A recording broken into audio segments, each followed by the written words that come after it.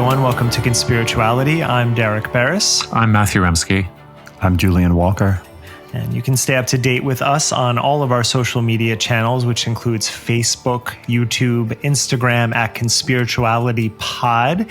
I know some people are using our backup account, but we do not post there currently unless the Instagram gods get mad at us again. And we are also on Patreon at patreon.com/conspirituality, where you can find weekend bonus content, Monday bonus episodes, and other good stuff if you're able to support this endeavor. Conspirituality 34, Insurrectionist Influencers. It's been 8 days since the Capitol was ransacked by a mob of MAGA supporters, Proud Boys, ex-military with tactical gear, and Nazis wearing disgustingly anti-Semitic t-shirts. The death count is 6 for now, with a second police officer dying by duty-related suicide on Saturday. As more footage streams in, and the FBI says there's still more to come, it will get uglier. So, what have our conspiritualists been up to? We'll run it down this week. Quick story, not a single one has walked back any of their bullshit in the aftermath of the Capitol siege. Some have doubled down. An unmasked Mickey Willis was involved in the siege as a journalist, giving an impassioned anti-vax pro-liberty speech at a sideshow MAGA event in which he called the ransack that he had just taken part in beautiful. Christiane Northrup cheered on the alt-health berserkers during the end of her water fast. Zach Bush took to Instagram to sermonize, saying, just as viruses do not take down healthy humans, revolutions do not take down healthy governance. Lori Ladd spoke in radiant non-sequiturs. Amber Sears announced she was preparing for civil war while her husband JP whined about free speech as his Parler account got nuked and Trump got booted off Twitter. Meanwhile, Kelly Brogan said nothing publicly about the Capitol siege that we could find, but cashed in on the vibes with a bloated essay on spiritual warfare. We also learned a lot about Jacob Anthony Chansley, also known as Jake Angeli, the Q-shaman, and his interdimensional conspirituality performance art, as well as his 3-day jail fast that was resolved after a sympathetic judge guaranteed a Whole Foods delivery. Derek interviews RP Eddy, CEO of strategy and geopolitical intelligence firm Ergo. Eddy previously served as director at the White House National Security Council under Bill Clinton, Chief of Staff to U.S. Ambassador Richard Holbrooke, and Senior Policy Officer to UN Secretary Kofi Annan. He shares his thoughts about the current state of national security. This is the Conspirituality Ticker, a weekly bullet point rundown on the ongoing pandemic of messianic influencers who spread medical misinformation and sell disaster spirituality. So today there's so much to report on and discuss. We've pretty much got one long ticker, then Julian's segment, the jab at the end, and Derek's interview with RP Eddy was just filed moments ago, so we haven't heard it yet, but Derek, you can fill us in with insights from it as we go.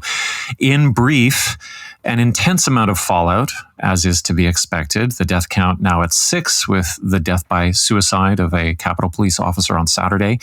The arrest count is climbing. The FBI is predicting hundreds more to come. We don't know as of yet what the massive COVID fallout will be from this obvious super spreader event, but we do know that this is so horrible, this story, that 3 Congress people have now tested positive after being locked down with Republican reps who didn't wear masks and then mocked the aides that begged them to. I want to point out that one of the people who came down with COVID is 75, and she just ended her battle with cancer and came out, and now she has to deal with this. Okay, so hundreds of charges filed, with prosecutors warning many will be upgraded to sedition, which carries up to 20 years in prison.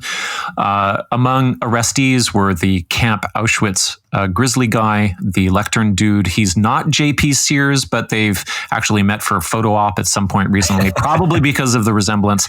And also that son of the federal judge in New York, Orthodox Jewish family. He won the runners-up prize for the furs cosplay. Also, the flex cuff guy in full tactical gear was arrested. Now, the myth of the berserkers being working class or from the Rust Belt has been busted up by numerous reports of professionals being amongst the ranks. There was some real estate agent who actually flew her private jet in or something like that the day before. Also, lots of Air Force people for some reason that I can't fathom. And as Ronan Farrow just dropped in the last hour at the New Yorker, the mob included former U.S. Marine Donovan Crowell, who's 50 years old. He's a Persian Gulf vet. Farrow's tweets, I haven't read the article yet, imply that the details point to substantial organization amongst far-right groups with military experience. Crowell was wearing the Oath Keepers militia insignia. There were also lots of tears over at #NoFlyList, which really shows us the class entitlement on display with this event. But also, interestingly, I think the blunt object that is the Homeland Security apparatus, at least in this case, because the Homeland Security and the FAA certainly have this terrible history of racial profiling, and that's arguably where it begins. But the technological trap sprung on everyone pretty quickly here, regardless of where they were from or what they looked like.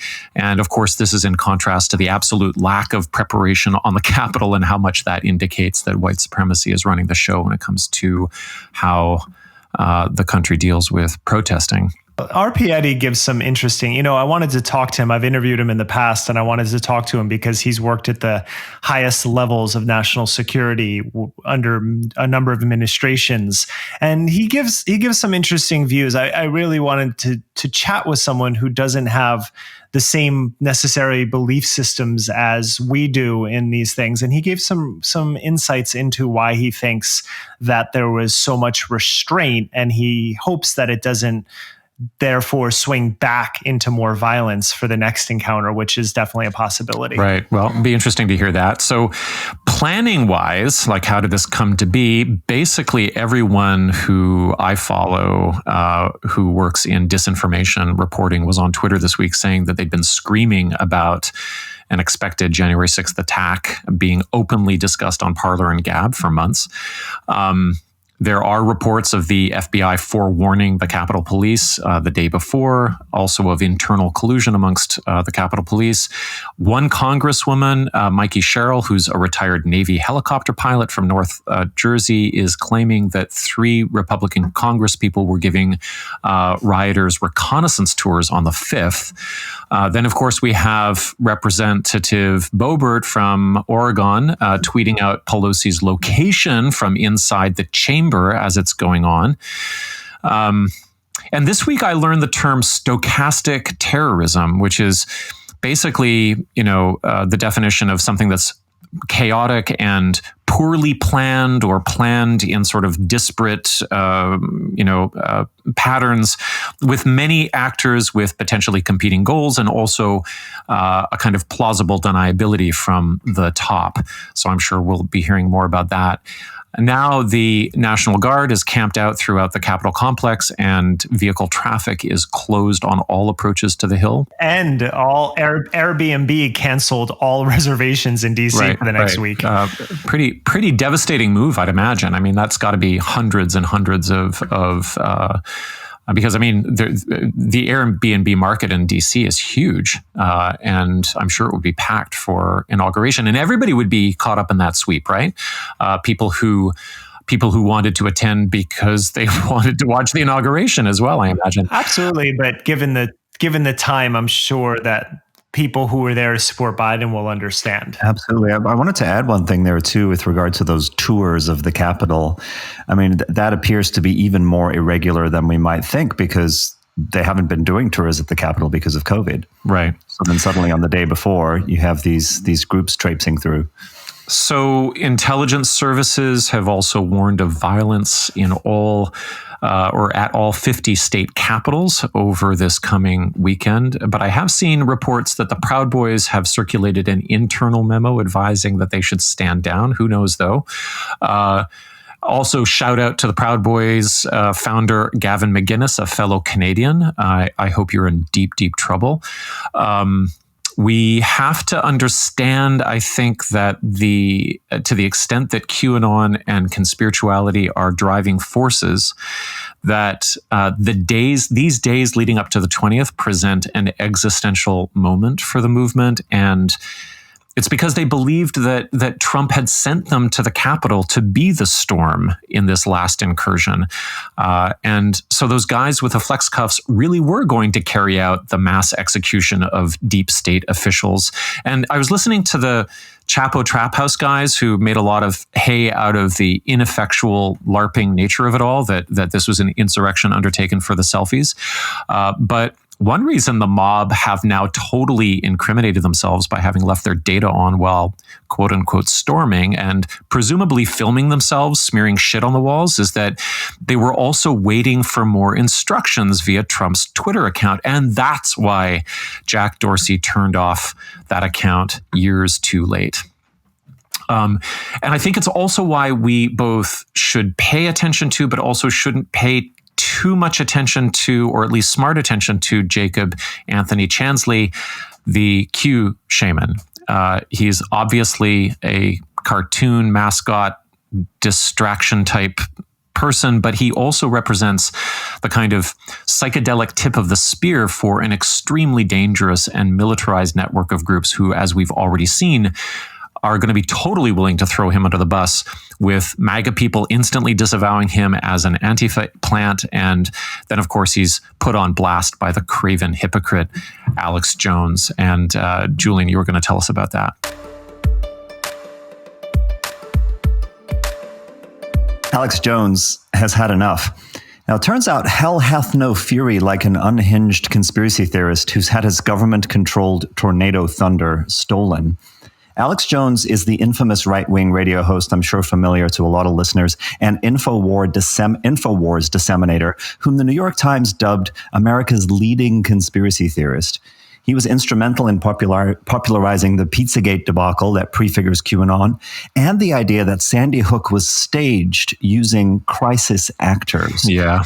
And that led to families of tragically murdered children being stalked and harassed by folks who I would not be surprised to find out were close to the front of the Capitol insurrection last week. Jones has also said that he believes the moon landing was faked, that the Oklahoma City bombing and 9/11 were government false flag operations. He's both an anti-vaxxer and a proponent of white genocide paranoia. And yeah, he really does believe the government can create and move tornadoes around at will. But QAnon, it appears, has become a bridge too far for Alex Jones. Now, it turns out that before he was taken into custody, Jacob Anthony Chansley made a guest appearance by phone and tried to explain his perspective to an increasingly irate Jones, who said, Q is like people who look at clouds. One sees a giraffe, one sees an elephant, one sees an alligator, one sees a clown.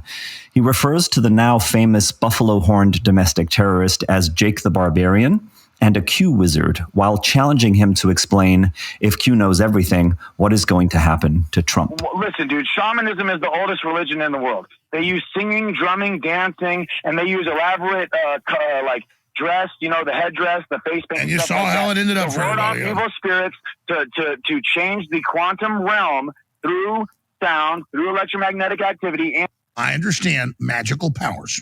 No, it's not about magic, dude. We're talking My about Little physics Pony here, Alex. We're talking about physics. Okay, this is physics. Let Matt Bracken talk here. Quantum entanglement. You are a shamanic wizard. We get that. You keep interrupting me, Alex. I love you, dude. I love you, but you gotta let me talk. It's lies, is what I'm saying. You keep interrupting me. Because you're lying. Because you're full of shit.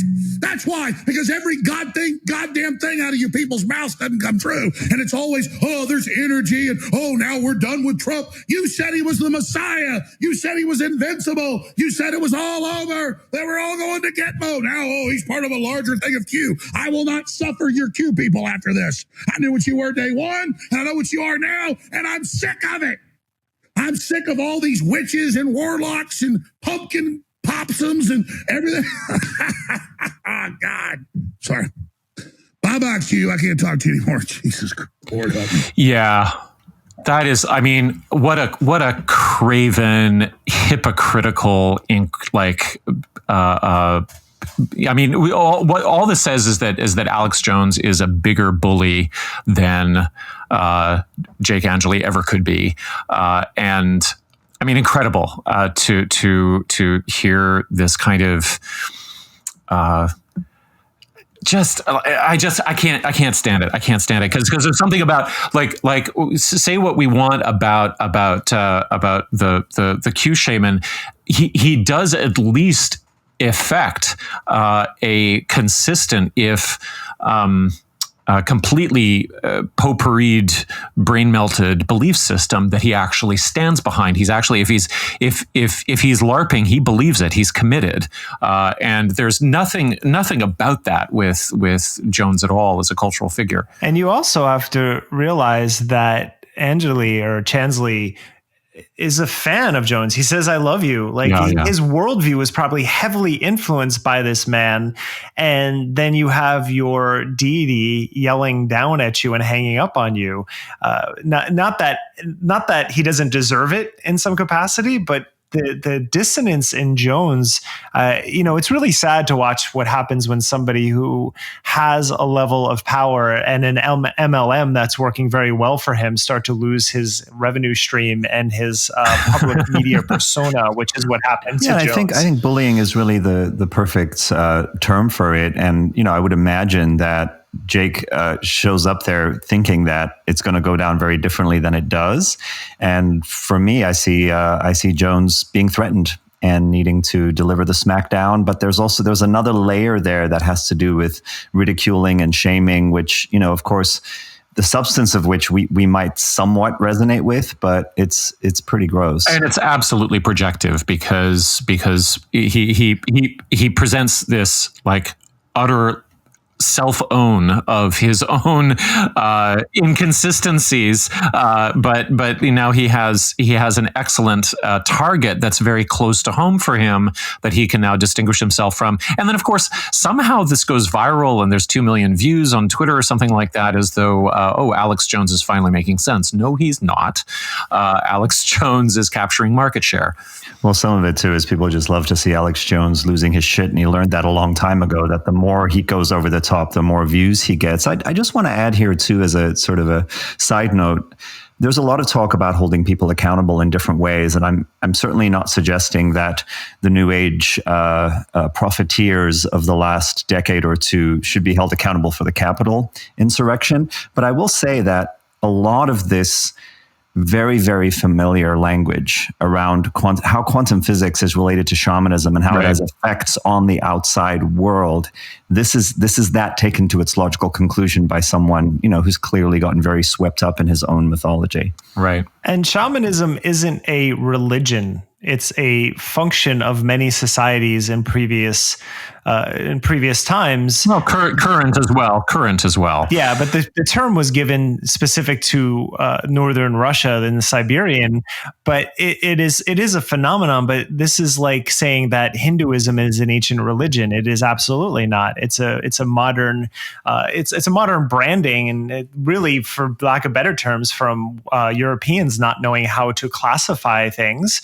And so they come with these umbrella terms, and that's what shamanism is. But that's getting caught up in all of this because he's the Q-shaman, and he's just spouting nonsense about the function of what the shaman is in the society overall. That's really been troubling me. He's certainly spouting nonsense, but as Matthew said too, I do believe that when he's standing on that dais and he is yelling and singing the things that he's yelling and singing, some part of him does believe that he's affecting the quantum level and reclaiming, the Capitol building for the forces of light and casting out demons and all of that kind of stuff. Maybe, but did you see the video of him in the mall in Arizona or wherever he's from? Right before, because he's in on the joke before he goes and does it. So I wonder how much of it actually he does believe that and how much is performative. Well, it is performative, and my sense is that it's believed. And I remember seeing that clip of the Arizona Mall incursion where he basically walks out with his bullhorn and terrorizes a bunch of senior citizens about why they're sitting in the mall, because the mall's logo looks like the man-boy love triangle, whatever, and obviously, this means that the Arrowhead Mall in wherever he is, Tucson, is a den of pedophilia, and he does mug for his selfie stick before he exits the bathroom or wherever he put on his costume, and then he walks out into the hall. But there's kind of like this, I don't know, ritualized communion with the viewer, not to make sort of too grandiose about it, but he does seem to believe that he's communicating with somebody in some kind of integral way, and he's very direct about his messaging. And so, yeah, I'm torn as to his integrity. I mean, I don't think that he would. I don't think this story about his 3-day fast because he wasn't fed organic food would have leaked to the media through his mother, no less, were he not in direct contact with her, but also explaining, I really can't take this food. This sounds like somebody who is really buying into their particular role and their belief system. And that's what makes him fascinating in a way that I don't think should just be sort of caricatured or blown off as a cartoon. Well, I know we have channelers and Kundalini yogis coming up, but I think maybe an episode on shamans makes sense too, because that is a term that has been abused like no other in these circles. So we should put a pin in that one. I agree. And just to end with the Q-shaman for now, I just want to point listeners to an article that's going to be in the show notes that comes from next week's guest, who is going to be speaking to us as a professional anthropologist, Susanna Crockford, also a religious studies scholar who spent a year in Sedona or more writing a book about New Age spirituality. And she has a lot to say about channelers, especially the QAnon type.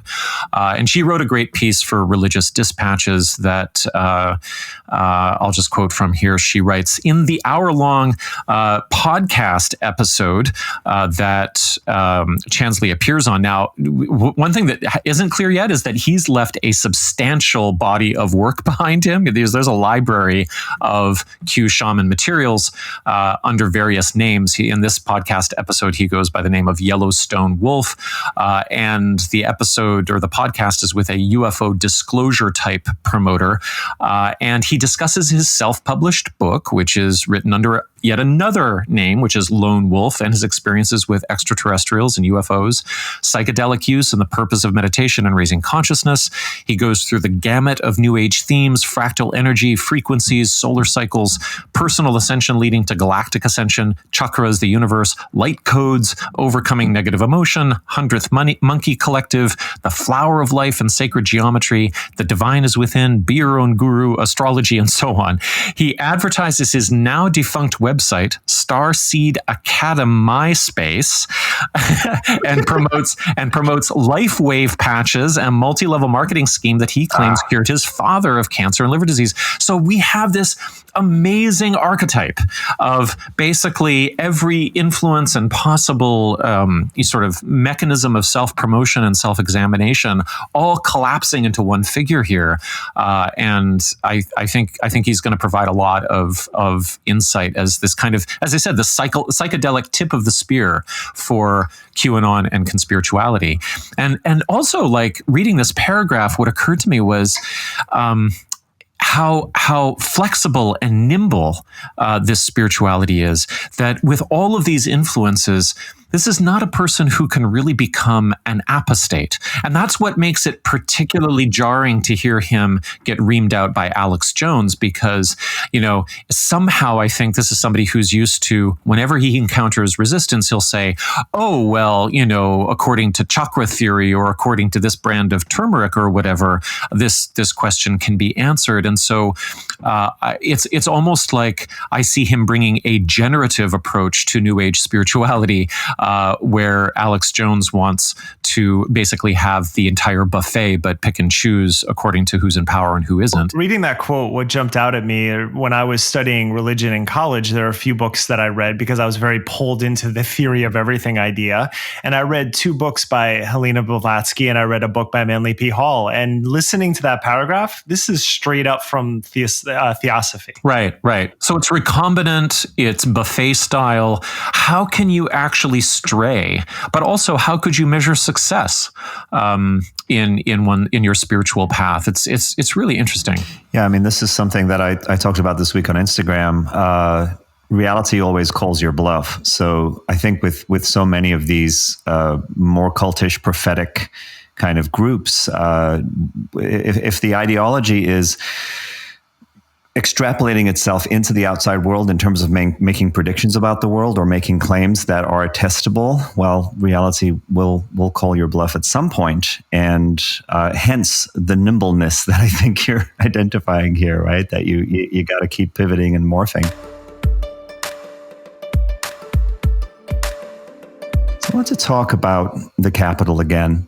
As more and more footage is compiled and analyzed from last week's Capitol insurrection, just how violent and dangerous it was and how much more tragically worse it could have easily gotten is becoming clearer. Behind the entitled LARPing vandals parading through and mugging for selfies lurks a much more sinister mood involving zip ties, homemade napalm pipe bombs, and a mob mentality that we now know was baying for blood. Amongst the outnumbered and overwhelmed Capitol Police fighting not only to protect the building and the lawmakers inside, one of whom, Brian Sicknick, has died, one of the cops, I should say, were black officers who have now started speaking out about their experience. I'm referring now to a January 9th article on BuzzFeed, in which, fearful of retaliation, 2 black officers talked anonymously about enduring racist abuse and fighting what they call a heavily trained group of militia terrorists their superiors had failed to prepare them to adequately face. They also talk about police officers from across the country who were with the mob, flashing their badges and expecting to be let in. Now, I want to just tie in here to the Mickey Willis story that we featured on our transmissions page this week, because in his comments on several social threads, Willis repeats his version of the story in which the invading force is peaceful and saying positive things to the Capitol Police as they advance, like, "We fought for you." Hey, Mike Pence. Right. Hey, Mike Pence, how you doing, buddy? "We fought for you," they're saying to the Capitol Police, right? When others wanted to abolish you. "We don't want to harm anyone," is what one of the things Mickey Willis said they were saying. Now, the black cop in the BuzzFeed interview says, "They're telling us they're on our side and doing this for us as I'm getting punched in the face and pepper sprayed by them." Now, I'm sure everyone has seen the terrifying footage of the lone black Capitol Police officer, Eugene Goodman, retreating in phases gradually up the steps behind him as a brazen group who has breached the doors saunters toward him with dark intent. This group is led by a Q sweatshirt-clad aggressive white guy who's posturing like an angry, invincible hero in his own action film. Yeah, that's incredible. It's just that guy's body language was so intense. It would be easy to see Officer Goodman running away and fearing for his life, which of course he was, and of course anyone would do. But analysis of the video reveals an heroic split-second decision to distract the ringleader with a quick shove before using his own body to lure the group in the opposite direction of the door to the Senate chamber in which officials were cowering. Without Eugene Goodman, the fallout of these events would almost certainly be a lot worse. Now, you may ask, what of the Q merch repping self-described poster boy for the insurrection that led that little group and Goodman ended up misdirecting? Well, I'm happy to say he has been fired from his forest registry job, and he joins others on the growing list of now arrested seditionists sitting currently in a Polk County jail. All right, so we've got to talk about Mickey Willis. This week we published on our transmissions page an article called "Plandemics Mickey Willis Joins and Praises Violent Capitol Mob," and we'll, of course, link to it. But the skinny is that I think on the 7th we got sent footage from a page on Reddit that showed about a 25-second clip of one of the Capitol doors being breached. I don't know which door it is, but as the camera pans, it settles very squarely on Mickey Willis's beautiful face, unmasked, looking up, gazing up at his iPhone held aloft as he is filming the action and the violence unfolding in front of him. Now, we started to put the story of his day together after that. We had already known that he was going to be at an event headlining along with people like Roger Stone and Mike Smith, who is the producer of Out of the Shadows, which is the main QAnon recruiting film. Also, Ty and Charlene Bollinger, who are proponents of the Truth About Cancer website, and they are kind of like anti-chemotherapy advocates, but of course they'll sign on to any other anti-public health measure as well. Then we've got Del Bigtree and also Dr. David Martin on the same billing.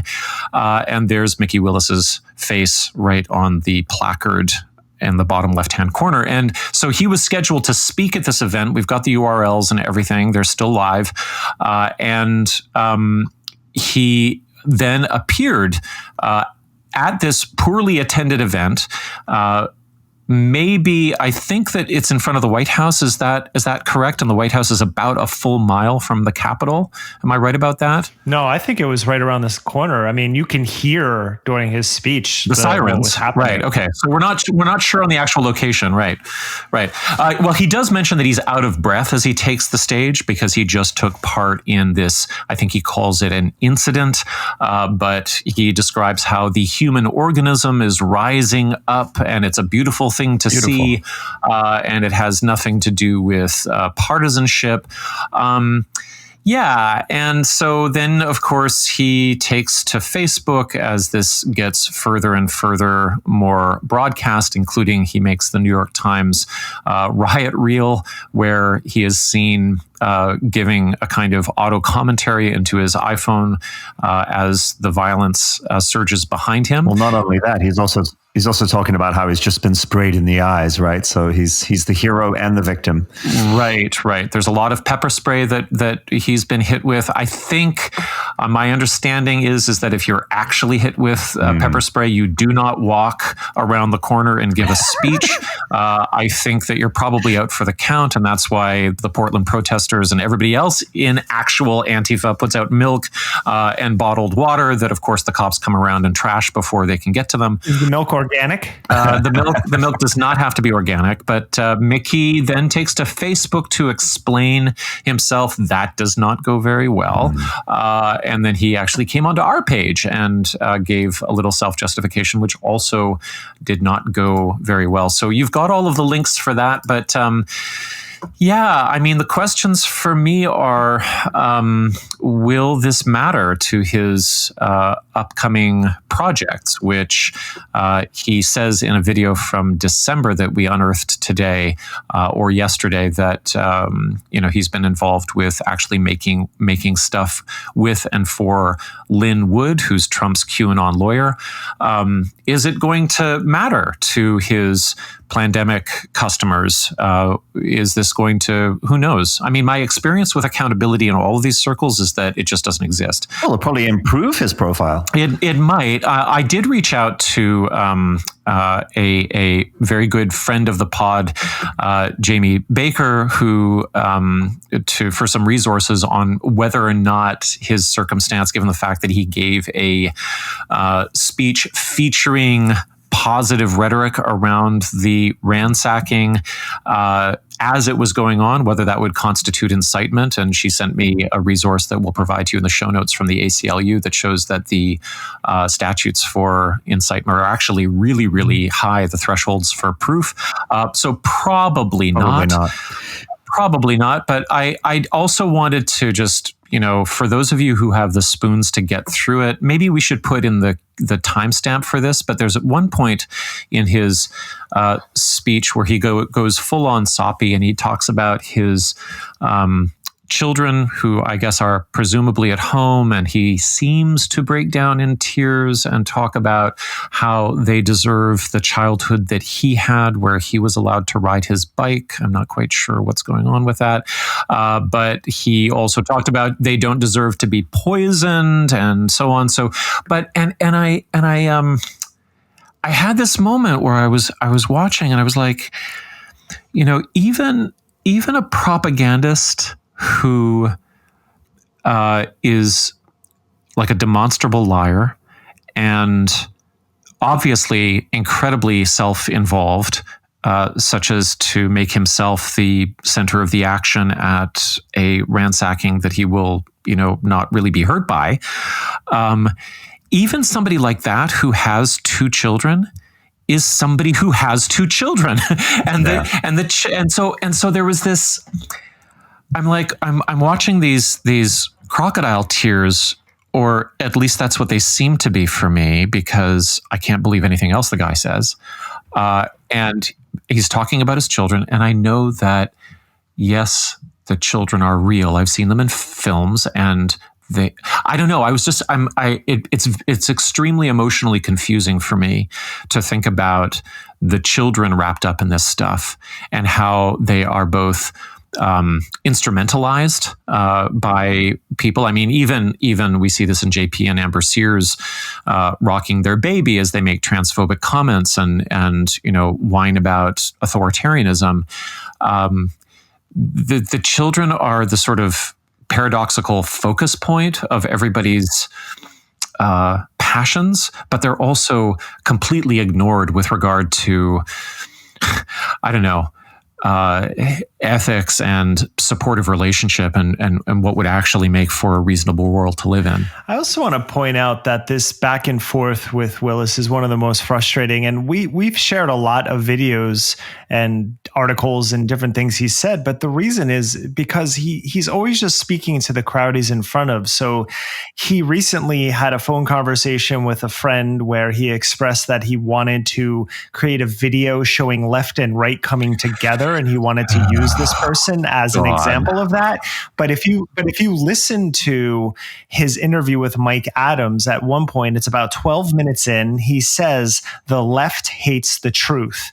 And so he's talking to the founder of Bright Eon, where his Red Pill Expo video that we've covered is hosted. And this is right after admitting he works with Linwood. He had made the Kyle Rittenhouse video. He goes all of this about being, I was the hero of the left, the far left, and now I'm here to be an American.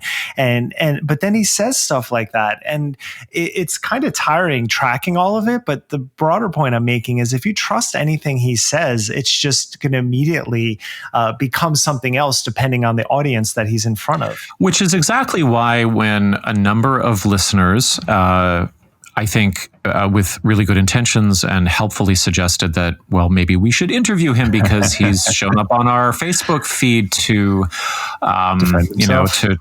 defend himself. And I mean, the ethics of that would be just totally wrong to give this guy any more platform than he's had already.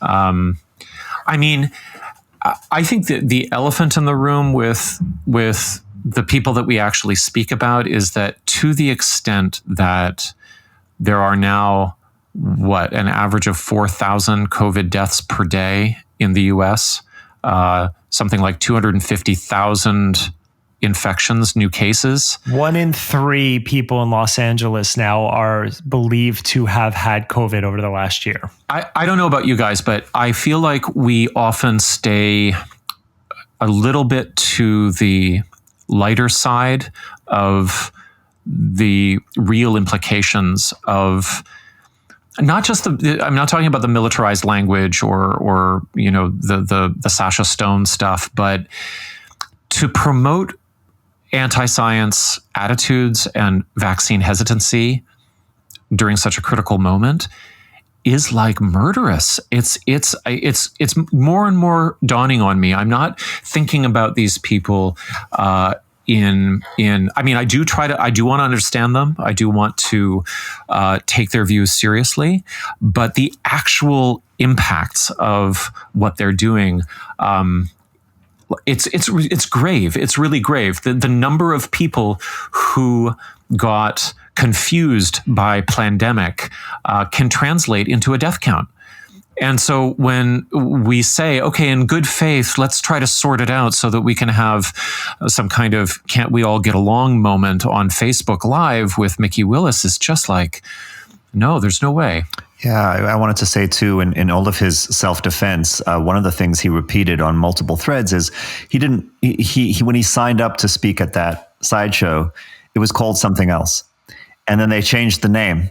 And then he tried to get them to change the name back. And it's like, dude, it doesn't matter what the name is on the banner. Look at all the people you're standing next to. Yeah, Roger Stone. And if you did have this big moral pedestal you've put yourself on, well, then you would have canceled your appearance if they didn't change the name. Yeah. And one of the things I heard him saying somewhere else as well, and I forget because there's so many different things this week that we tracked with him, but he said something about how the big problem with censorship is that the only places he can go and speak now is places he would normally avoid. So it's like he's pandering. Oh, right. He's pandering to people who are center or left as if, well, this is the only place I can be heard. Poor me, censorship, free speech, blah, blah. And he also announced on that video that he's creating a media organization with Brian Swan, who another person just deep in conspiracy world land. So this is, I think, one thing, again, there's so many things we're going to have to track, but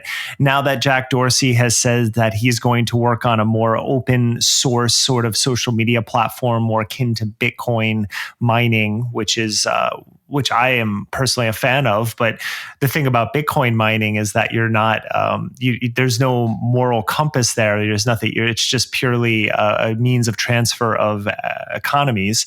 But with that happening, and now Willis starting, and I'm sure there's going to be a Trump media arm that's going to start. We have Newsmax, we have OAN. We're going to really have to see which of these media organizations hit and what they're putting forward, because that's going to be a thing. They got what they wanted. Fake news is now a thing, right?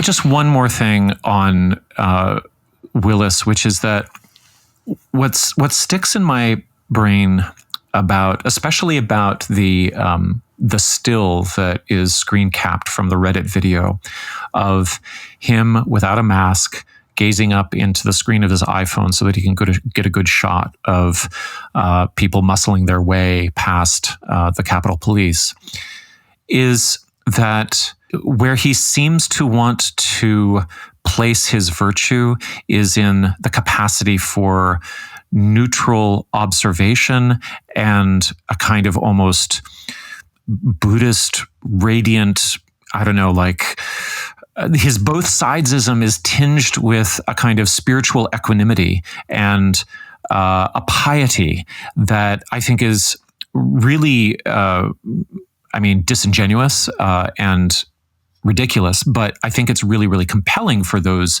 that he ensnares. So we're looking at influencer responses this week as well. Like, how are these people dealing with what's just happened? Are they walking it back? Apparently not. Are they doubling down?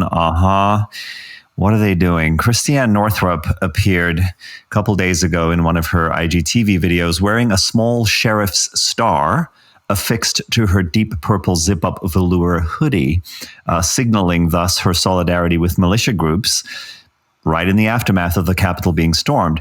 She reported on the progress, of course, of her water fast, endorsed Make America Free Again, which is an organization that sort of helps people to put together maskless meetings around the country with hugs and no social distancing. She directed followers to look at David Martin's anti-vax misinformation about mRNA vaccines. He was one of the people on that stage with Mickey Willis. And the good doctor encouraged practitioners with enough guts to order the vaccines and inject it into an orange, I think she wants people to run some kind of experiment at home to see what happens with the supposedly horribly toxic substance in the vaccine. Wait a minute. She Are people supposed to steal the vaccines? Well, I think she's referring to the portion of her audience who are, alt med practitioners. Yeah, so people who can order the vaccine, get I guess a box of vaccines, and then inject a bunch of it into some oranges and see what happens. I know every year when I go to my doctor for my flu shot, how she just hands me the needle to put it in myself. So doesn't she give you an orange? It's California anyway. Right. Now, most of Christiane Northrup's transmission is reporting on, of course, her latest reading with a medium who has assured her that she would live to see the fruits of her labor, and that the fast, well, she certainly has. Well, I guess, and the fast was the most generous thing that she and her followers could have done for their bodies during this time. And then Christiane to the camera, this was good to hear because it hasn't been easy. But the most noteworthy theme. Oh, so there's like a parallel journey of penitence and struggle and strife that she was able to put herself through that coincided with the 6th, right? Yeah, it does feel like there's some sense that the fast is her way of spiritually participating from a distance in the Great Awakening that was happening at the Capitol. The most noteworthy theme from this channeled information she's reporting on was about this being a time in which many people would die or, quote unquote, leave the earth plane. And then she would go back and forth between that and how the new Netflix special that we've actually been reviewing for the pod called Surviving Death is so important. So let's just let her speak for herself. Here's a clip of her climactic moment in that video. Oh boy. Okay. Well, I do know where this is going to go. It's going to where so many of you are. Someone said we're like imaginal cells in the butterfly. So what are imaginal cells? They are the cells that only begin to grow and create the butterfly when the caterpillar is dying. And so many things are now dying. So many things. I'm going to also post Janan's website, because she is that's the medium. So wonderful, just like Karen Bauer. We've had so many people who have been so helpful during this time. But I think the main thing is to understand that on some level there is no death, and we're at the time of the Great Awakening. The other thing Janan told me is that I will be alive to see the fruits of everything I've done since I was born. Well, of course you will. I'll live. That's right now.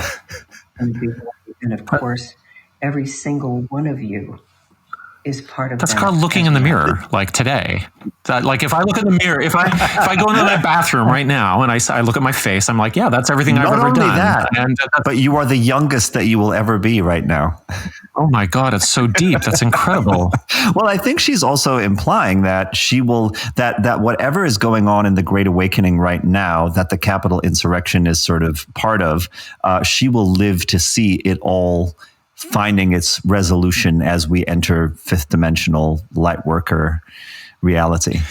Yeah, the thing is that like from the perspective of somebody who is at the center of their own universe, that can be very true, because if you conceive of your own death as being the kind of apotheosis of the rest of the world, then why not? It reminds me of that just nonsensical idea that I've seen as a meme for decades, which is we are the ones we've been waiting for. And I know some people have explained it as being like, it's an empowering thing, but there's also this sense that all of history has led to us being the perfect beings. Yeah, it's that the whole thing just reminds me of that ridiculous bullshit. Well, and then the dark of course, this is the thing always with Dr. Northrup's videos, right? Is that there is the very pleasant grandma piece of her just recounting her new age sort of aphorisms, but underneath that, it's so fucking dark. I mean, she's talking about how ultimately death is not real. And the fact that she's got that little star on her chest, and this is, a few days after the insurrection, there's something she's saying there. She reminds me of like my grandmother on my mother's side. I mean, not in terms of temperament but just kind of like the company that she would keep, or the conversations she would have, or the kind of socializing that she would do. And I'm thinking of, it's almost like she's talking to her followers from the hair salon or something like that. And the curlers are in, and the plans for tea or the church social are being made later on. But really, it's like they're also preparing for funerals, or they're talking about the dead bodies in the basement, or there's something really, really disjunctive about it. And I can hear that sort of ghoulish quality underneath everything. And I also wanted to point out that at the beginning of that video, she says that she reminds her audience that the medium, well, she doesn't remind her audience. She says that the medium tells her that the first thing that she said was that her late partner, who died somewhere in the spring of 2020, I think, February or March or something like that, that the medium said, he came to you to die. And that gave her some kind of, relief or something like that. And so there's this obsession with being able to absorb and to talk about and to be creative with the notion of both loved ones dying, but also everybody dying, and somehow that's all going to be okay. It's bizarre. One of my grandmothers owned and operated a trailer park on a highway, and my other grandmother worked as a seamstress in a sweatshop. And so maybe that's why my bullshit detector it goes off the charts when I hear stuff like what these people are saying. But what I think when I hear that is just, what would you have done if you were there? Like when I see all of these influences recovering, besides Mickey, because at least he was there, and whatever he's spinning out of it now, he had the wherewithal and courage to actually go and be a part of it. Whereas all these other people just espousing on Instagram all of this nonsense bullshit is really hard to listen to. He had the wherewithal and the courage, but he also had the funding and the impetus, because he's a filmmaker, and that footage is going to be gold for whatever the fuck he goes on to do, right? Right, but some of these other influencers have the finances to be there. I don't think that's the barrier. Sure, yeah, but they don't. But it's not necessarily their vibe. It's like if Northrop could have been guaranteed, a stage to play her harp on. In a fancy, Washington hotel lobby or something like that while this demonstration was going on, that would have been ideal, right? And ideally that, the hotel lobby would have been protected from, the outside, but you could see the flashing sirens, but then the sound guy could focus back on the harp strings and stuff like that. But that actually makes my point. Like, protesting is not supposed to be ideal. Mm-hmm. Yes, okay, but we're going to get into the role that conspirituality plays in the idea of bearing witness to, or holding space for, momentous events that are then sort of translated into narcissistic, spiritual aspirations. So we'll get to that. That's the Shavana story. Lori Ladd, who is Christiane Northrup's, or who was at one point her Flavor of the Week favorite channel, perhaps a few months ago. Lori Ladd, who is the self-claimed ambassador to Earth of the Galactic Federation, on Tuesday morning endorsed the storming of the Capitol as exactly what the shifting of consciousness looks like as we ascend. Now, she doesn't directly name the events of last week, but refers to everything that is happening out there. She goes on to encourage her followers not to buy into the loud voices of fear. And she discusses how much unprecedented censorship and blocking there is of free speech right now, and that this reveals that we've been programmed and lied to for so long. Quoting Lori Ladd now, "This is exactly how we go into a 5D plane, 5D consciousness, which is inevitably what we are doing because it is the design of what Earth intended millions of years ago. Everything we are navigating right now is perfect, but it's not easy." Yeah, she needs a new couch or something like that. She doesn't look so comfortable on the couch. Yeah, this in this one there was a manic gleam in her eye that I haven't quite seen before. I feel like there's something really boiling up for her. She encouraged a distinction between the 3D human lens that worries about safety and freedom and choice and how are we going to get through this, and then the 5D perspective that says this huge evolution in consciousness has to happen this way and is perfect, and you are safe. Now, gleefully grinning, she hits her peak of ecstatic apocalyptic prophesying right here in the clip that I want to run. And just listen to who she claims to have channeled a few days previously. We want to be the eye of the storm. Remember, the eye of the storm. We're in the storm. It's going. And it's going to look like a movie that you have never seen before, that you can't push pause on, or you can't exit out of the movie theater. You're in. By the way, you chose to be here. Don't forget, you incarnated to be here at this time, the most magical time. You know, I did a guided journey a couple of days ago on my Patreon community, and Prince came through. This is a gift. Devour it. Devour every now moment in everything you're experiencing. But he says, I promise you, if you were to exit out of your body right now and become and move back into that higher dimensional consciousness that you are, you would regret it. You would want to be right back in at the biggest show. You can have your galactic federation, not Prince. It's the most miraculous, greatest show consciousness has ever seen and experienced. This isn't about politics. It's not about vaccines. It's not about right and wrong. It's not about, these things that we're seeing physically in the external. It is and it isn't. It is in the sense that we're standing in this, we're physically seeing that stuff, but it is all about a massive energetic shift.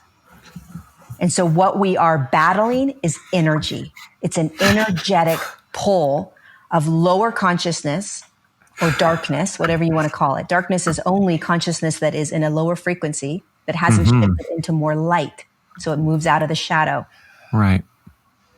The battle that we're in right now is energetic. It's consciousness. Is this going on? Are we keeping playing this? Into light. 15 more seconds. Oh, shit. Literally dragging dark into light. Oh, I'd like to. So of course, what are we going to see? The only way you drag darkness into light is grabbing the darkness. Yeah, unbelievable. The thing that really, really hits me again hard about that is there's this combined kind of self-contradictory thing that's going on where she's simultaneously almost like ecstatically excited about what the events that are happening in the outside world represent in terms of her metaphysical narrative, and more detached from reality than ever in terms of the abstractions she uses to talk about it. It sounds like it really sounds like a child playing at pretending that they are navigating a boat through a storm and that they're trying to affect the emotion of bravery, and they're telling other people that they fantasize are in the boat that things are going to be okay, but the waves are rocky. It all sounds like a game. And I don't know enough about Prince, but what do you guys think? Would he be pilled or not pilled? Because my first instinct is that, I channeled Prince and he told me that I was an asshole. Prince was a huge Christian. I mean, he was a very firm believer in God. Right, but I'll just say this to Lawyer Lad: fuck off. Like, you can have your little aliens, but you can't have Prince. You can't have Prince, right? All right, in other news, JP Sears might have lost his deal with Sounds True. Perhaps, we don't know. At least we've seen a DM that has been circulated widely on social media that says, "Thank you for contacting Sounds True with your concerns regarding author JP Sears and the feedback you have shared regarding his removal. With his ongoing social media commentary, we believe he has been increasingly sowing seeds of confusion that we do not feel are a healthy response to the global pandemic, nor contribute to our collective good. As a result, we have decided to remove his products from our website. Now, if that also includes ditching whatever inventory would still be available through third-party sellers or through Amazon, I suppose that would be extra good. So we'll see how that goes. Meanwhile, he is posting on Parler, before that got taken down, a picture of Mark Zuckerberg with a Hitler mustache and in an SS uniform with the swastika on the red armband replaced with a Facebook insignia and a joke about we will have to restrict your account because you won't conform to community standards.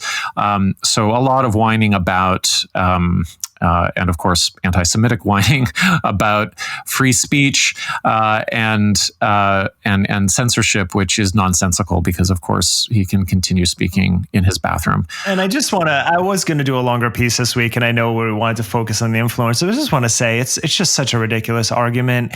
The First Amendment does not affect the private market, the free market, and it's specific to government, and it also has to do with responsible speech that is written into it.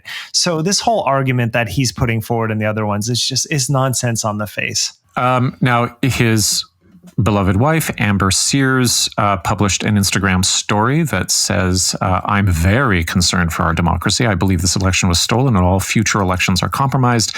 The media is twisting reality and no one really knows what's real anymore. I'm personally preparing for a lot more civil unrest and a potential civil war. Neither side is going to walk away quietly. I pray for the mass awakening of humanity daily. I continue to hold the hope and faith that the light will win despite my worry and anxiety about our future. Of course, she goes on. She's still posting, her results from her postpartum workouts and spurning haters and so on. So that's all rolling over and over. We also picked up a story or a post from a woman named Shavani Kumara, who will put into the show notes from our own Facebook screen caps of it, along with some commentary, but just a few notes from her post. She's at the January 6th event. She says, today was epic. There's a lot of caps in this post. I'm not quite sure why. I'm honored to have followed the calling to shine my love light here and be witness to this momentous day in our collective experience. Almost all of those words are capitalized. She talks about, she loved hearing Rudy Giuliani and Vernon Jones and Madison Cawthorn speak. This is the third time I've been called to DC to be a pillar here. And basically the post is, and this is what I was getting at earlier, is that I think a primary way in which conspiritualists will participate in events like this is by giving a kind of battleground chaplaincy blessing to those who are actually charging forward. So they will go and meditate, they will go and pray and chant, they will visualize light, they will, visualize everybody getting along. That was a very common experience that I had in one of the cults that I was in, that wherever there was any kind of, cultural conflict or protest, that the leader always wanted us to go out and proselytize, generally by, doing a prayer circle just sort of adjacent to the event. And that's another thing that I wanted to bring up, is that sometimes you'll see people involved, conspirituality type people involved in crisis events like this, not because they give a shit about the actual issue or about the politics involved or who's going to get hurt, but because it provides a kind of way of operationalizing their ideology and making them feel as though the light that they're shining into the world, which of course is only sort of, abuse being circulated amongst each other, is actually functional, is doing something. So cults really benefit from a kind of external object of action that they can measure their own sort of piety against, but then also pretend to be better than, and then pretend to offer a solution to. And it seems like it's performative in a way that's probably good for recruitment, right? Absolutely, absolutely. You looked so bright and shiny at this tense event, and I wonder what your secret is. And, oh, well, let me tell you about the messages that I've received from, the Galactic Federation or from the Master Teacher or whatever. And it perpetuates the metaphysics that the whatever conflict is going on the ground is a reflection of something happening in higher dimensions that actually I'm very actively participating in, even though I just seem to be smiling serenely. Yeah, absolutely. We've got limited time here, so I'm going to put the Zach Bush commentary, well, actually just his Instagram post, into our show notes.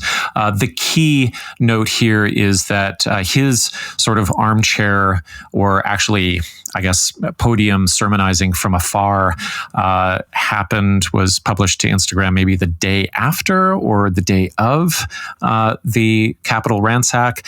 But it contains the line, this is great, it's like a masterpiece of spiritual both sidesisms.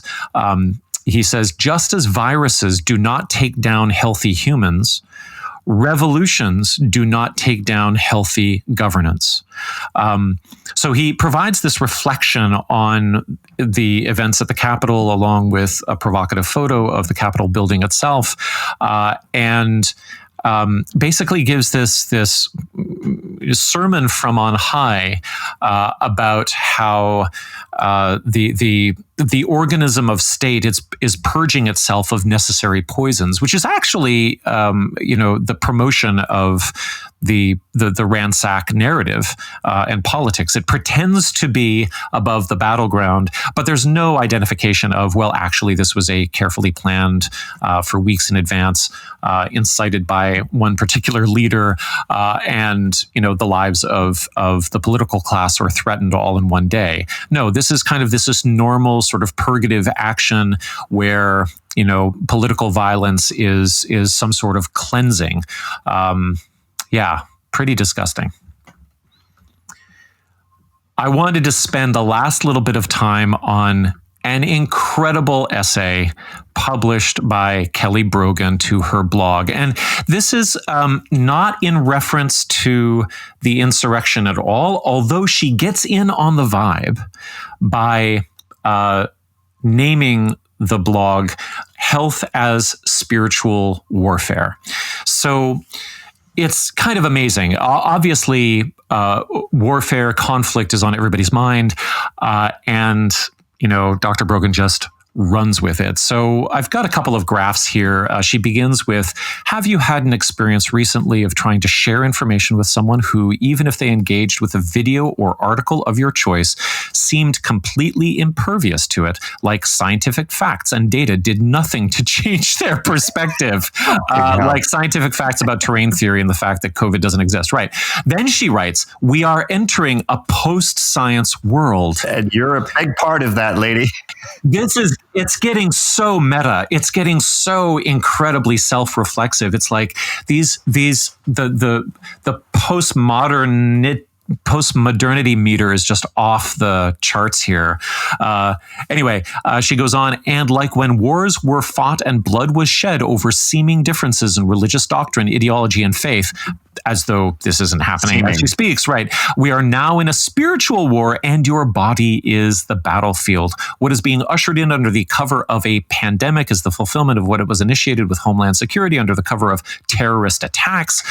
Protection from, so she's a 9/11 truther as well. Protection from an unseen enemy, justifying the stripping of liberties, and ever-expanding surveillance and control of the people for our safety. And of course, there's like 10-15% of that woven in with regard to the surveillance of late stage capitalism and the security state, and I have to break in here because this is the thing when reading that essay is the cat part. Well, I'm going to get to there. I'm going to get. Okay.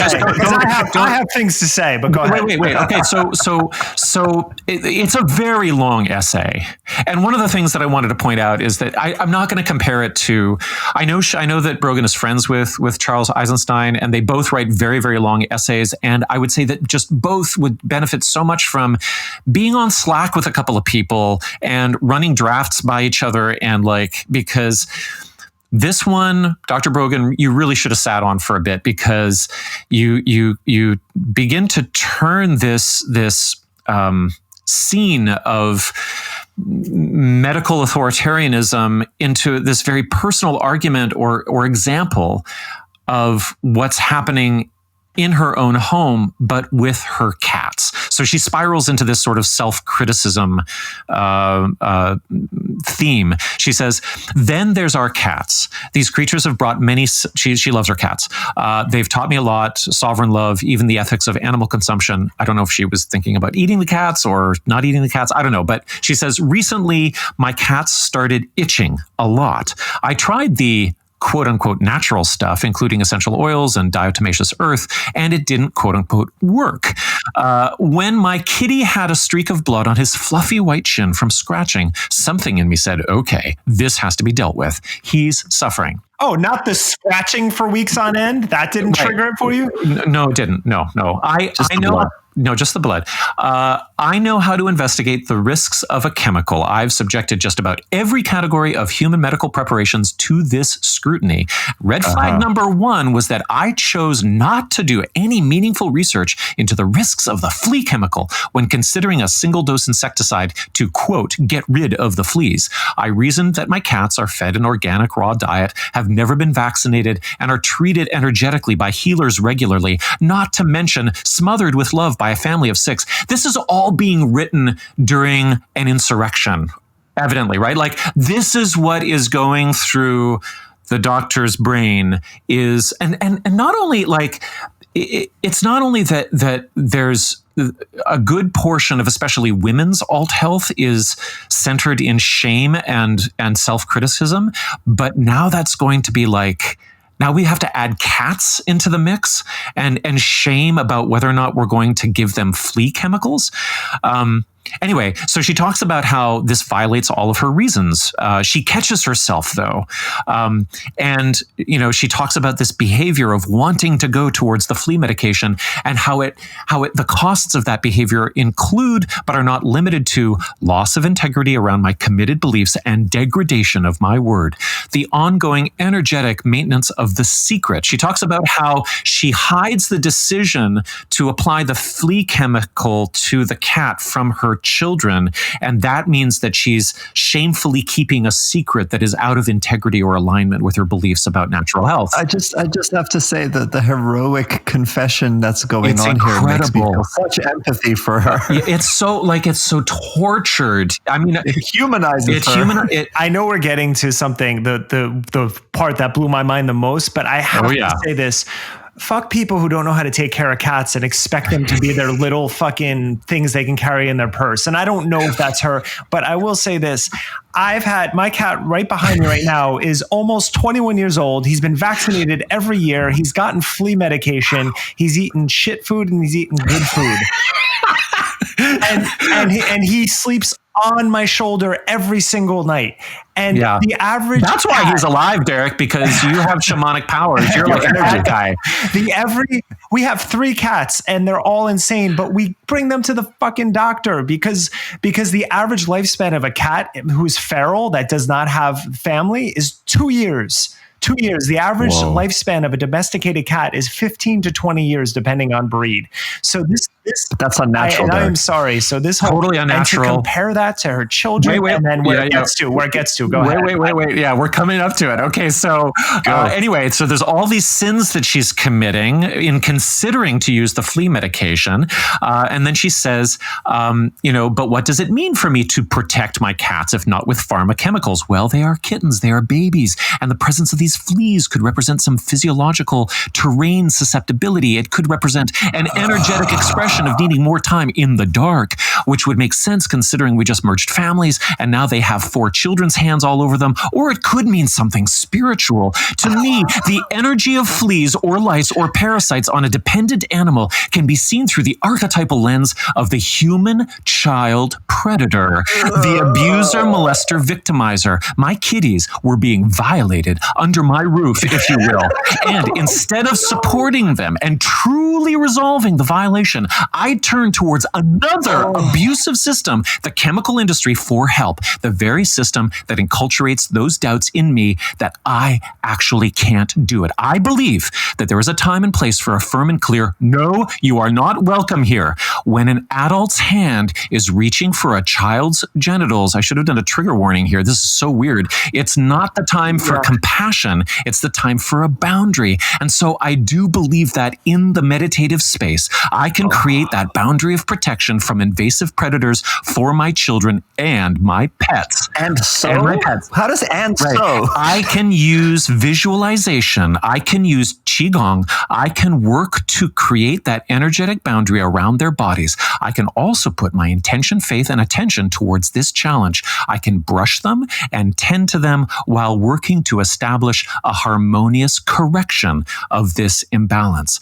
Oh my God. I'll just tell you what the ENSO is. The ENSO is, as a writer, her brain was spiraling and she was trying to make all these connections that didn't make sense. And then after inserting the genital comment in there, that was her only way of trying to be like, and that relates to this. And so, yeah. So, okay, what's going on with... I mean, this is somebody who's just completely on her own as a writer too, right? Like there's nobody looking over her shoulder and saying, no editing there. No, and saying nobody, but how lonely that is, right? How incredibly lonely to not have somebody over your shoulder who can say, "Hey, wait a minute, you're first of all, you're comparing fleas to sexual molesters, and then you're comparing yourself to a child molester for the idea that you were going to use a chemical." So there's battling molesters in your house instead of the free, natural, organic way of doing things. And what is she saying? That she can use qigong to get rid of not only fleas, but if the metaphor is carried back, that qigong and the energetic meditation of her, perfect parenting, would that actually provide perfect safety for the children? Because I'm sorry, but no, that's not true. That's not it. That's putting your child in a bubble of light when they get on a plane. It's a nice thing to do, but I mean, yeah, I wouldn't want to wish anything terrible on her kids ever, or on anyone's kids, but reality will call your bluff, right? And this is we're not only critiquing her writing style here and the lack of editing and doing multiple drafts or having someone give her input, we're also criticizing her thought process. And what I have found over the last 25 years is that this is how a lot of people who get deep into this kind of metaphysical confusion think about things. There's all of this bizarre set of premises that lead to an insane conclusion, but they think they're being consistent with their wacky belief system. And meanwhile, her cats are suffering because of it. That's right. Yeah, and I mean, it's also, you can feel the overwhelming emotion in the passage as well, and the tangle of internal conflicts and shame and the faith battle and the dark night of the soul that is sort of encapsulated and shrunk down to the scale of the human cat interaction when she, at least her headline reflects the possibility that she knows that the world is teetering on the brink. Well, it's worse than that too, because all of that is also being done in this performative way where she's essentially saying, let me tell you a personally revealing story that will be sort of a teachable moment, right? The Jab. Our weekly segment on the crucial COVID vaccine and the misinformation conspiritualists love to spread about it. Let's talk about Disneyland. Listeners may remember that the happiest place on earth was the site of a major measles outbreak in 2014, which led to California strengthening the law requiring vaccination.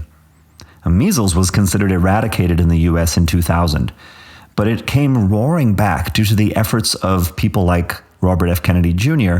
in spreading misinformation and vaccine alarmism. The highly contagious measles virus can live on surfaces for hours and has what's called an R of between 12 and 18, which means that each person infected will likely go on to infect that many in turn. The 2014 outbreak led to over 150 cases in multiple states and into Mexico and Canada, and took months to contain.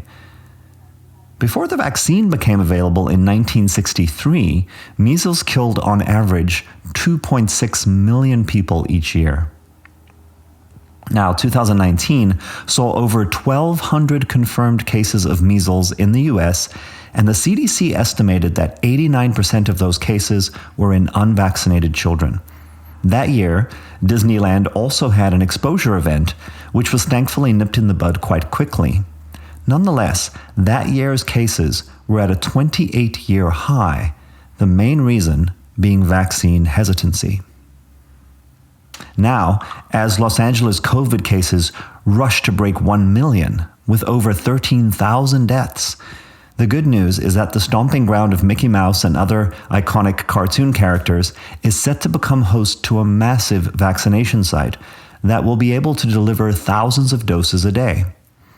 Orange County's largest employer, located in the city of Anaheim and currently shut down, losing Southern California billions of dollars in lost tourist revenue, will be one of 5 Orange County point of distribution or POD sites as part of Operation Independence. Now, vaccine availability is managed by the California Department of Public Health, and vaccines have been available to law enforcement, first responders, and those over 75 so far. Plans were in place for expanded availability to include education and childcare workers, people over 65, and the homeless starting in February. But as of this Wednesday, that group has also been made eligible right away. Dodger Stadium is also being readied as another huge site for dispensing as many as 12,000 vaccine doses per day.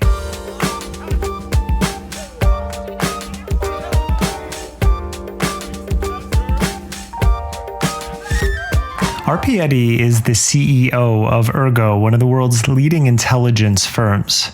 He began his career as a director at the White House National Security Council under Bill Clinton. And from there, he moved on to be the chief of staff to U.S. Ambassador Richard Holbrooke, as well as senior policy officer to United Nations Secretary General Kofi Annan. He was also one of the principal architects behind the Global Fund to fight AIDS, tuberculosis, and malaria. I came across Eddy's work a few years ago when he co-wrote a book with Richard Clarke called Warnings, Finding Cassandras to Stop Catastrophes. And I actually got to interview him last June because one of those Cassandras that he wrote about in his book was the lack of preparation for a pandemic.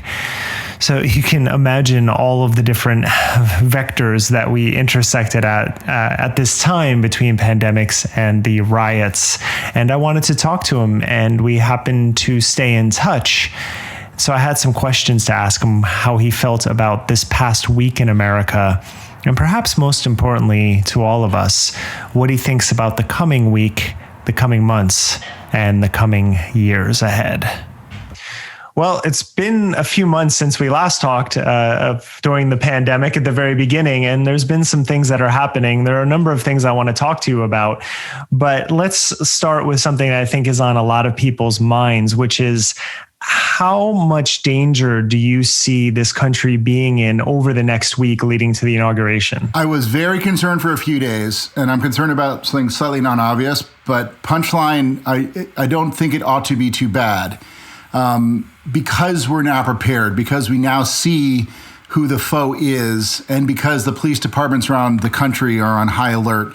I just, came down my driveway here, and there's a police officer, in the neighborhood. We have the governor lives near us, so the police are already beginning to prepare around governors, around capitals, and we work with a number of states. We've talked to them, and so I think we're prepared now. And the concern I had was the Capitol Police. You can look at those videos, and one thing you can see is an extraordinary lack of preparation, which is just a fact. You also can see extraordinary restraint by the police officers. A man getting crushed in a door, beaten in the face, doesn't reach for his pistol. That's restraint, and there's examples of that over and over. A patchwork of training across the country of different police departments, a patchwork of what you would imagine as anticipated restraint. So I wasn't sure that we could expect that. And I was working with, speaking to the governors I talked to and the police executives I talked to, and reminding them that they need to be talking about the rules of engagement. They need to tell those 1 million police officers in America who watch the same videos you and I did, many of whom are going to be scared and some of whom might be angry. we have to practice restraint. The MAGA group, Trump Land, is going to show up on the 17th to the 20th, perhaps. If they do, there's going to be confrontations. If those police are properly protected, they won't be as scared. And if they are led to be restrained, then I think we'll be fine.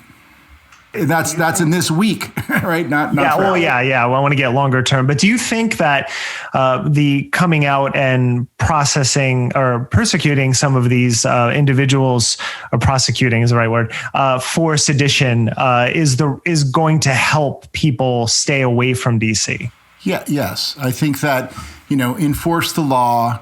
Go after the folks that clearly broke the law. They just arrested the man who threw the fire extinguisher and killed the police officer. And that has to happen. That will have, to some extent, a chilling effect, yes.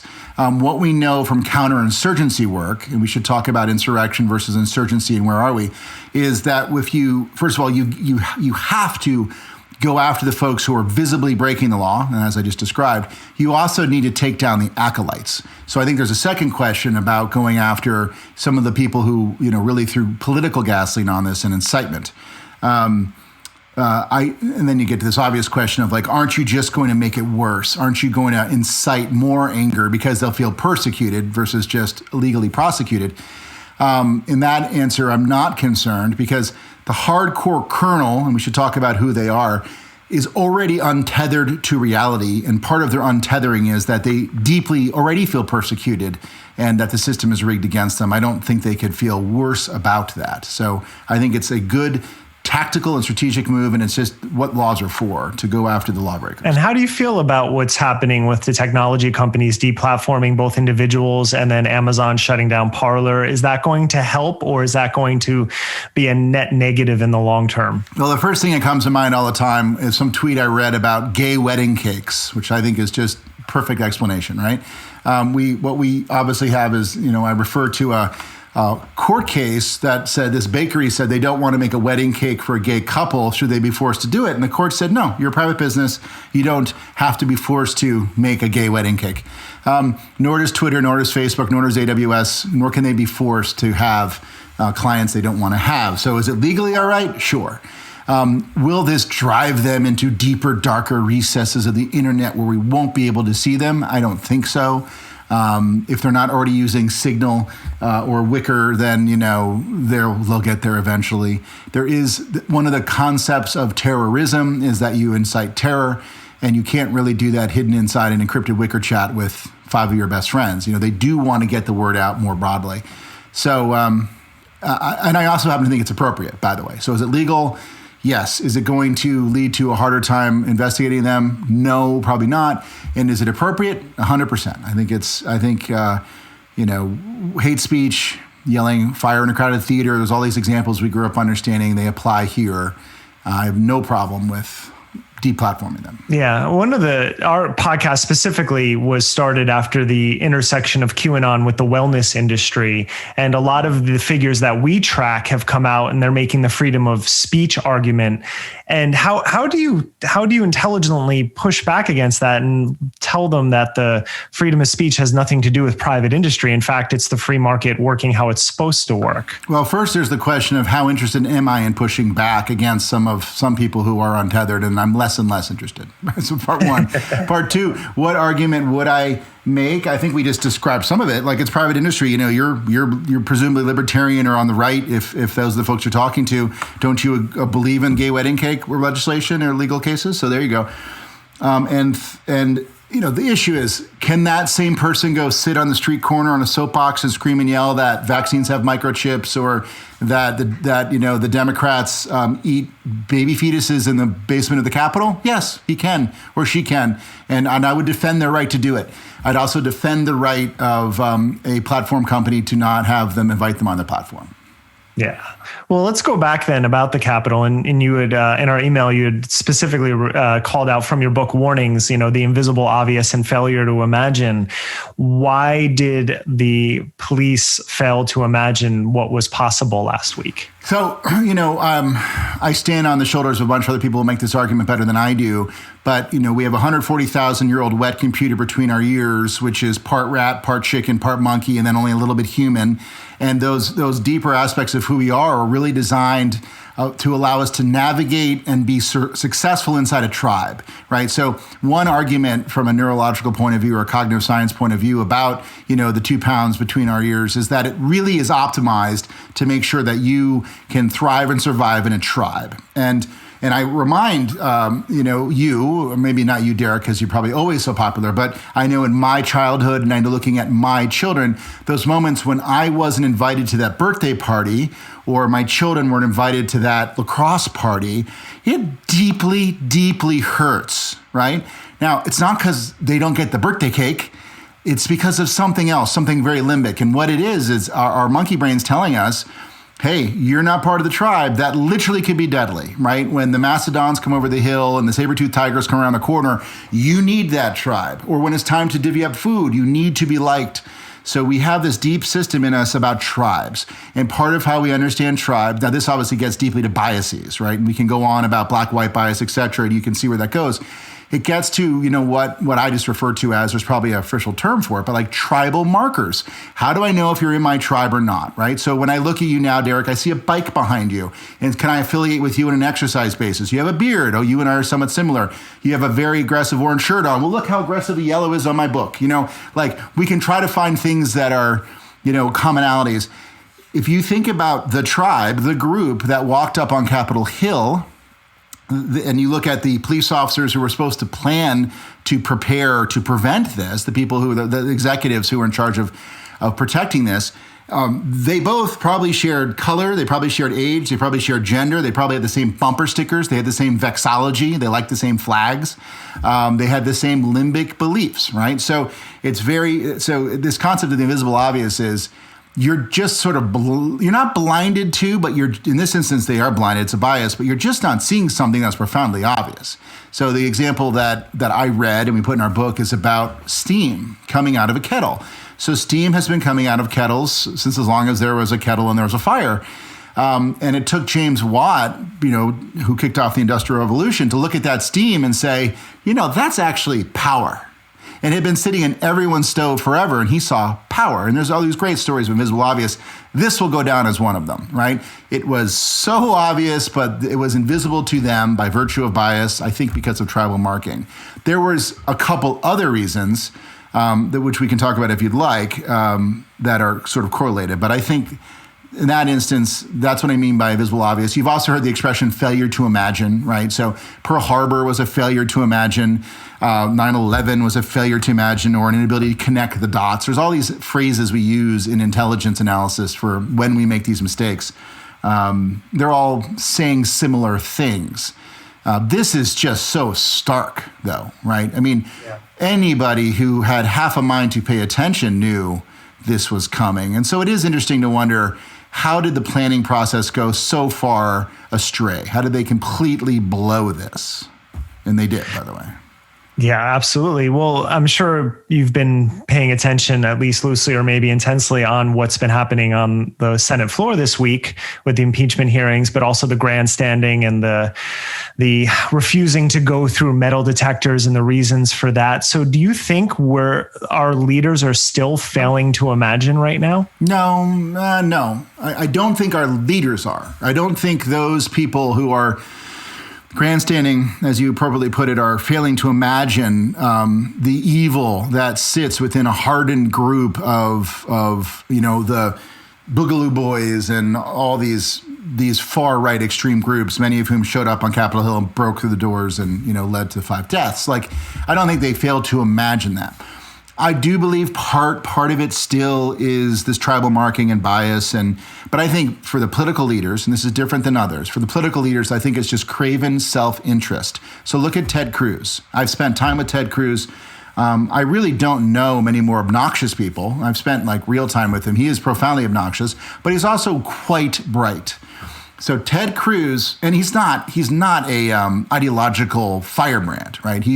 My strong educated guess is he doesn't deeply care that, the election was stolen and stop the steal. I don't think he buys that at all. I think he looks at this and he looks at the political wins, and he made a bet pre-December 6th and during December 6th, and he's still kind of on it. He's not quite doubling down, but he's still got his shit on red, and that red happens to be MAGA land or Trump land. And he's saying, These people, these voters, are going to be what I, in a self-interested, craven way, am going to need to get my next Senate seat or to become governor or whatever is next in his mind, president, whatever. By the way, talking about a man who will never be president.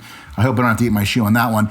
But, that's the bet this guy was making. And Holly probably similarly. So again, craven self-interest, probably follow the money. Trump's got $250 million now that he grifted from his followers. Yes, it was absolutely a grift.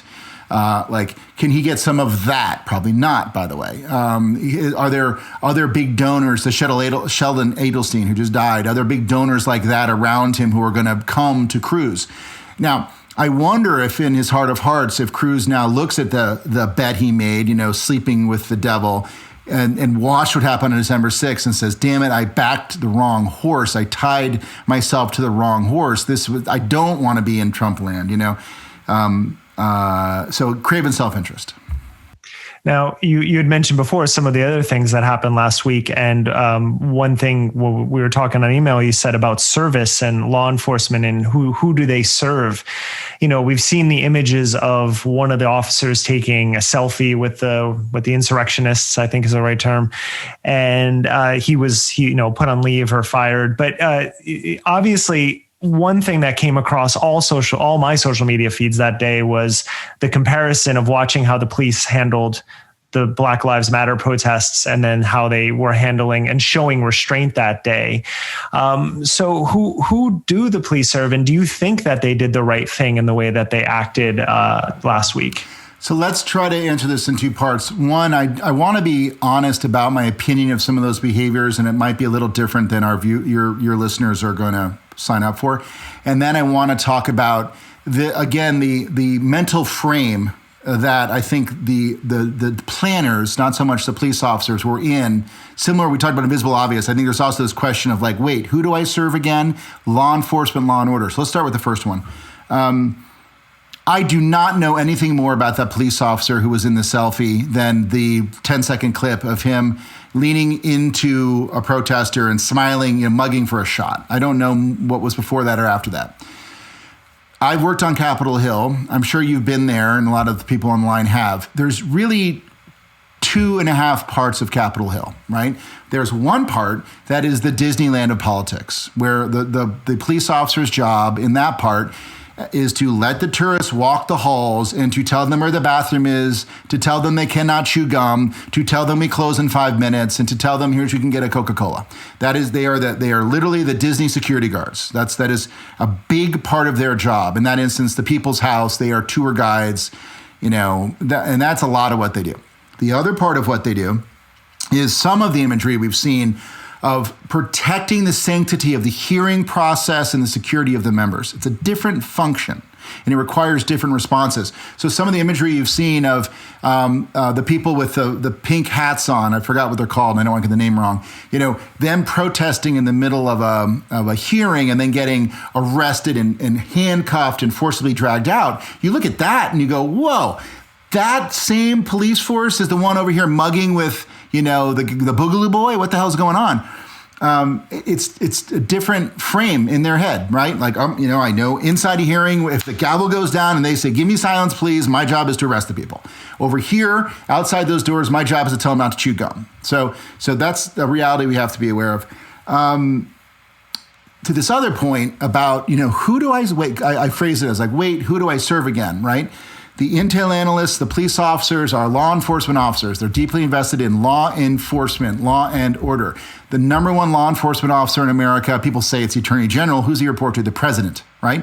So I'm not saying they're Republicans. I'm not saying they're Trumpites, but I'm saying, everything they've ever learned is the president is law and order and the Constitution is law and order and he's the commander in chief. And I think it was a very hard mental frame, part of the bias we had before, to move from this frame of Black Lives Matter, which they very clearly see as non-affiliated with the chain of command. These are chain of command people, right? Black Lives Matter doesn't look like chain of command. It doesn't talk like chain of command. There's a Black Lives Matter police problem, right? There are respected members of law enforcement who I like, Chief Braden, and I can say it because he said it publicly. He has a problem with the Black Lives Matter movement because a number of NYPD cops were shot and killed by people who claim to be Black Lives Matter. I think he's conflating all sorts of things.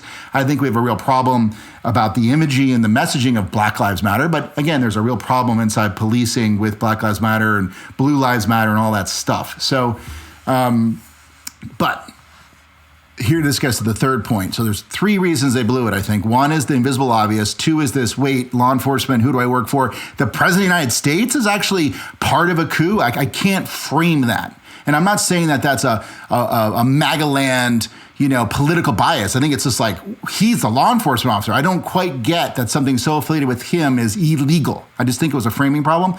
The third thing, which I should just mention quickly, so I'm going on, but I can do it fast. The June 1st Lafayette Square catastrophe, or there's a better word for it, deeply scarred law enforcement and military officials, the right-minded ones in this country, and rank-and-file law enforcement, because they all looked like totalitarian shits, right? So when you had the Attorney General of the United States, the Chairman of the Joint Chiefs escorting, the president who looks like the color of your shirt across Pennsylvania Avenue as they were busting up protesters with sticks and pepper spray balls, using the freaking military to do it, and then going up to a church where he held a Bible upside down, so clearly violating peaceful protest, First Amendment rights to support a demagogue. They all realized they had fallen for it. Right? Many of and of course, Milley, Chairman of Joint Chiefs, wrote an apology letter. Like, how often does that happen? Right? Yeah. So these guys were like, whoa, okay, bad move, right? Over militarization, kind of, again, went into their framing of, let's not do that again. So when the news of January 6th was coming up, there was also this pendulum swing overcorrection issue. Well, hold on. You know what? Maybe we were too harsh on Black Lives Matter. Maybe we were too harsh on June 1 at Lafayette Square.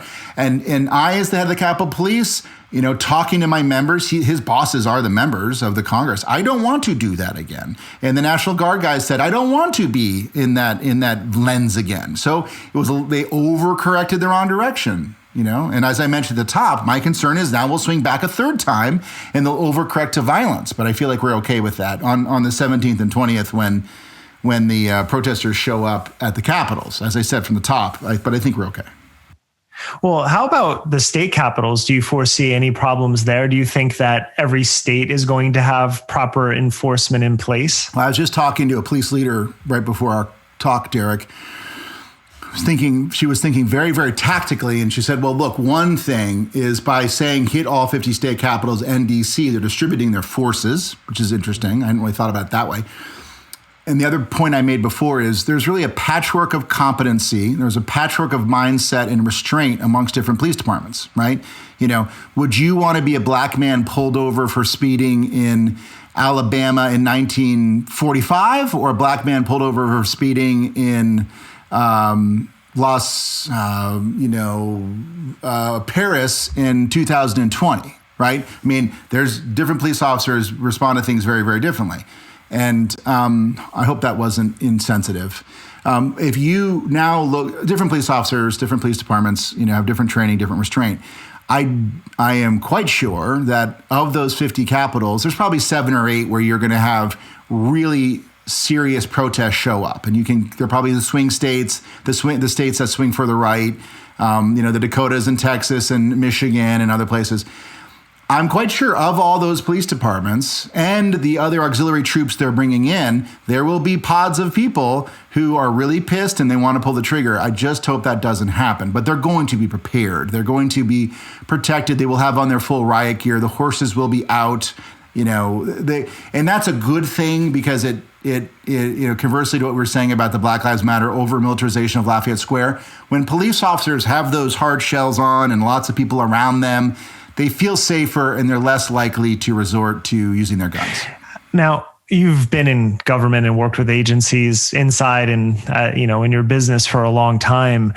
And I don't know how familiar you are with QAnon. Obviously, you know the basics. You expressed them before, but you have Marjorie Taylor Greene, who is a QAnon devotee, now in Congress, and her saying she's going to impeach Biden. And it's grandstanding. But one thing we can avoid is the fact of how conspiracy theories have proliferated over this past year, especially. And in your experience at the top levels of government, how do you deal with conspiracy theories? You know, I'd love to spend some more time with you because I know you spent a lot of time thinking about in your conspirituality podcast. This is something that you're really expert on. I have spent a lot of time with police departments. I help support the NYPD Counterterrorism and Intelligence Division post 9/11, and I was the commissioner of the Los Angeles Police Department's Counterterrorism Committee. And so I do understand police. I do understand intelligence to an extent. I've not been a police officer. And I have a passing understanding of QAnon, and I find it hard to read more about it because it's just so simply absurd that it's hard for me to dig into it. But as we all know, and I'm sure you said in your talk 1,000 times probably in the beginning, conspiracy is the way people make sense of a world they don't understand. So conspiracy theories are how humans deal with one of the most painful emotions we can have, which is powerlessness, right? So I was there when the second tower fell on 9/11, and it was that horrible, and I lost friends, and many people did. And I had worked on Al-Qaeda since 94, so I knew what happened. It was very clear to me. There was no question. There are other people who've had that same amount of limbic pain of watching that tower fall. We all did it together. That didn't, for whatever reason, want to believe in this thing they couldn't put their finger on called Al-Qaeda, and what was the Taliban, and what was Afghanistan. Remember in the beginning, it was very hard to know what this all was. And so they were able to glom on this thing and made more sense. And for some distressing people, it was a certain religion did it. And for others, it was an inside job, whatever, right? It allowed them to get more sovereignty over their sense of powerlessness. And you know that. So sorry if that's completely refreshing. Something you've talked about over and over. Most leaders of the U.S. government, minus the U.S. Capitol, minus the Congress, don't really fall for conspiracy theories. It's in my experience. The U.S. Congress was described to me by a U.S. congressman who was a former colleague and friend as a, quote, profoundly representative body. Now, that's a good thing because that's what it's supposed to be, the House of the People. It's a bad thing when you talk about members like you just mentioned who probably have fallen for this completely absurd conspiracy theory called QAnon. Now it's good she's representing her people. That probably means that people who voted for her kind of fall for it too. And she's going to create a vicious cycle and continue to support that because now a member of Congress says so. Much like we saw with the President of the United States and 120 or 140 members of Congress saying that the election was stolen, right? We were raised with motherhood apple pie and to respect the presidency and government officials, and they said it was stolen. And this crazy woman says QAnon is real. That's a bad thing. I do want to make another comment on QAnon, though, but I'll pause there. If I even approached your very good question, I'd be surprised. Well, no, and it's not about I've spent the last, 9-10 months on this podcast looking deeply into what these people are thinking and saying and transmitting. So I don't expect a lot of people to have that. But, just in your position, there has been a lot of, I'm sure you've come a lot of conspiratorial thinking. So I was thinking more of a big picture, which you did address. But I do have just one more question. But if you have another thought on QAnon, I'd love to hear it before we close up with that. I do. I'm going to try to do some work on this. And maybe you can help me, Derek. I want to begin to amass evidence of something that I know to be true, and I know because I've seen spots of it, and I've talked to extraordinarily high-level people in the U.S. military who tell me it's true, but they can't go further than that. QAnon is deeply infiltrating the U.S. military and some of our special forces groups. And I do know from experience, you can't walk on a U.S. military base these days and not see a Q sticker or other symbology of the group. To me, that is profoundly distressing. Now, we do have this question about an insurgency in America. There's another conversation to be had about identifying domestic terrorist groups, allowing the FBI and others to expand investigative powers against them. But I think that I'm going to try to put together some examples of this where the Biden administration, or actually I shouldn't even frame it that way, the government can become more aware of the infiltration of this dangerous ideology into our military and can figure out how to address it, because I think it is a growing problem. And I suspect you know more about that than I do, Derek. So maybe I'll come back to you and we can generate some ideas. Great. Yeah, we have amassed a number of resources that I'll share with you offline about this, but I would love to help any way I can. We started talking about, the next week, and it makes me happy that you think that it hopefully won't be as bad as we can imagine, but that this insurgency is not going away. And I'd just like to wrap up by asking, what are your fears and concerns over the next few months and maybe the first year of the Biden administration about what this morphs into and what dangers it poses to us? In some ways, what happened on January 6th is a blessing for the Republic. By the violence, the far right aspects of Trumplandia and Trump and his acolytes have revealed themselves in a way that the Sinn Féin revealed themselves to Ireland and the IRA in the Omagh bombing in, I think, 89, right? Like, violence forces us to look in a mirror and see what we're signing up for. And so, you had McCarthy, the majority speaker, the leader of the House minority, come out and say, President of the United States incited this violence. You had 10 members or 12 members of the GOP vote to impeach the president. So this does a couple of things. One, it deeply depowers Donald Trump individually. So he really did have a powerful political future ahead of him. He has amassed a quarter or $300 million at this point. He was going to try to launch Ivanka into Marco Rubio's seat in the Senate in Florida. His other kids and in-laws were looking at things. That whole dynasty is in trouble right now, right? So his financial dynasty is in trouble. Obviously, Deutsche Bank and others have said no more for you. He's got 2 buildings that need to be refinanced soon. He's got New York State and New York City DAs looking at prosecuting him. That was a problem he had already. He possibly has legal challenges from this. He might even get convicted in an impeachment, although I don't know what the bets are on that. So he's gone away to some extent as a problem for the next presidency. That's good. The rumblings inside the Senate and the House about, he's not a legitimate president, that's going to be quieter now, right? And that's good. And the thing I'm more concerned about, Derek, and I guess we can talk about some other time if you want, is the longer, past a few months, right? So just in general, and let me sort of leave with a, kind of an unhappy thought, right? There are 30 million super angry Americans right now.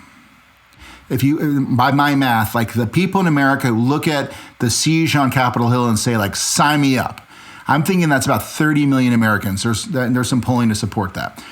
Now, of that group, some of them are soft-minded clowns that are just automatons who are gaslighted by their president. And that is a group. And if you watch the citizen reporting and the interviews with people, there's people up there you just look at and go, oh my God, you poor soul.